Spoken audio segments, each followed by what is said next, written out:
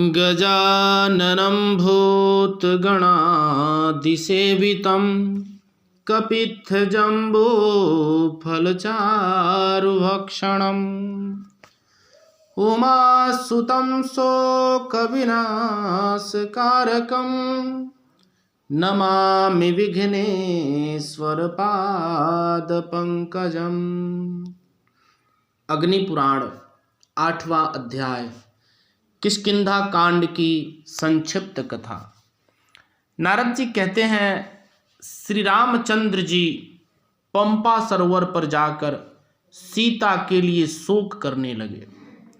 वहां वे सबरी से मिले। फिर हनुमान जी से उनकी भेंट हुई। हनुमान जी उन्हें सुग्रीव के पास ले गए और सुग्रीव के साथ उनकी मित्रता कराई।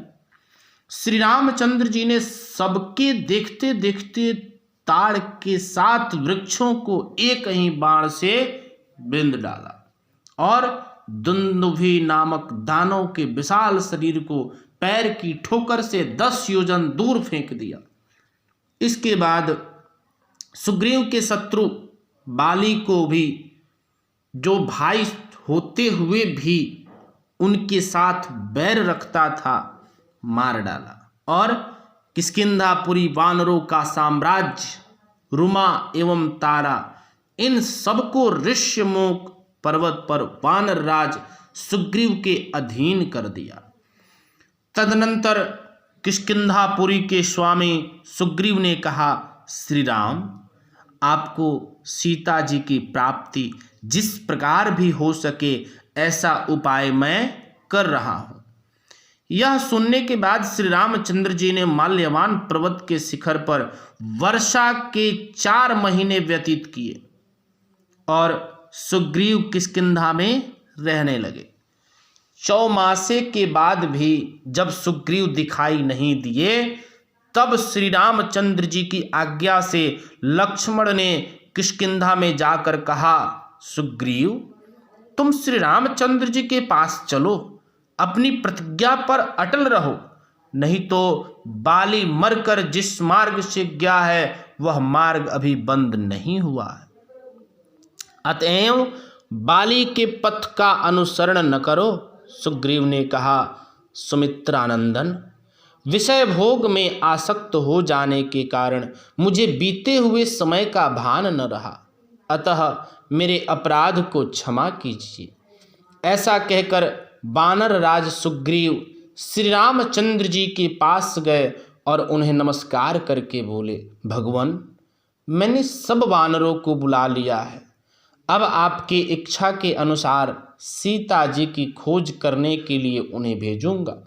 वे पूर्व आदि दिशाओं में जाकर 1 महीने तक सीता जी की खोज करेंगे। जो 1 महीने के बाद लौटेगा उसे मैं मार डालूंगा। यह सुनकर बहुत से वानर पूर्व, पश्चिम और उत्तर दिशाओं के मार्ग पर चल पड़े तथा वहां जनक कुमारी सीता को न पाकर नियत समय के भीतर श्री राम और सुग्रीव के पास लौट आए। हनुमान जी श्री रामचंद्र जी की दी हुई अंगूठी लेकर अन्य वानरों के साथ दक्षिण दिशा में जानकी जी की खोज कर रहे थे। वे लोग सुप्रभा की गुफा के निकट विंध्य पर्वत पर ही 1 मास से अधिक काल तक ढूंढते फिरे, किंतु उन्हें सीता जी का दर्शन नहीं हुआ।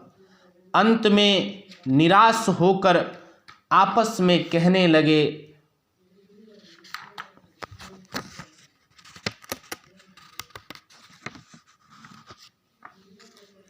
हम लोगों को व्यर्थ ही प्राण देने पड़ेंगे।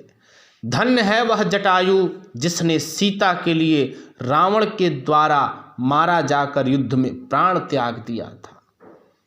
उनकी यह बातें संपाति नामक गृध्र के कानों में पड़ी। वह वानरों के प्राण त्याग की चर्चा से उनके खाने की ताक में लगा था, किंतु जटायु की चर्चा सुनकर रुक गया और बोला, वानरों, जटायु मेरा भाई था, वह मेरे ही साथ सूर्यमंडल की ओर उड़ा चला जा रहा था।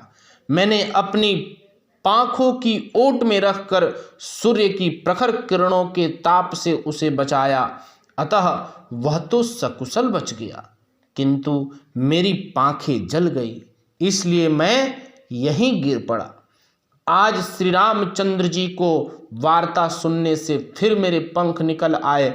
अब मैं जानकी को देखता हूँ, वे लंका में अशोक वाटिका के भीतर हैं। लवण समुद्र के द्वीप में त्रिकूट पर्वत पर लंका बसी हुई है। यहाँ से वहाँ तक का समुद्र 100 योजन विस्तृत है। यह जानकर सब वानर श्री राम और सुग्रीव के पास जाएं और उन्हें सब समाचार बता दें। इस प्रकार आदि आग्नेय महापुराण में रामायण कथा के अंतर्गत किष्किंधा कांड की कथा का वर्णन नामक 8वां अध्याय पूरा हुआ। जय श्री राधे, जय श्री कृष्ण।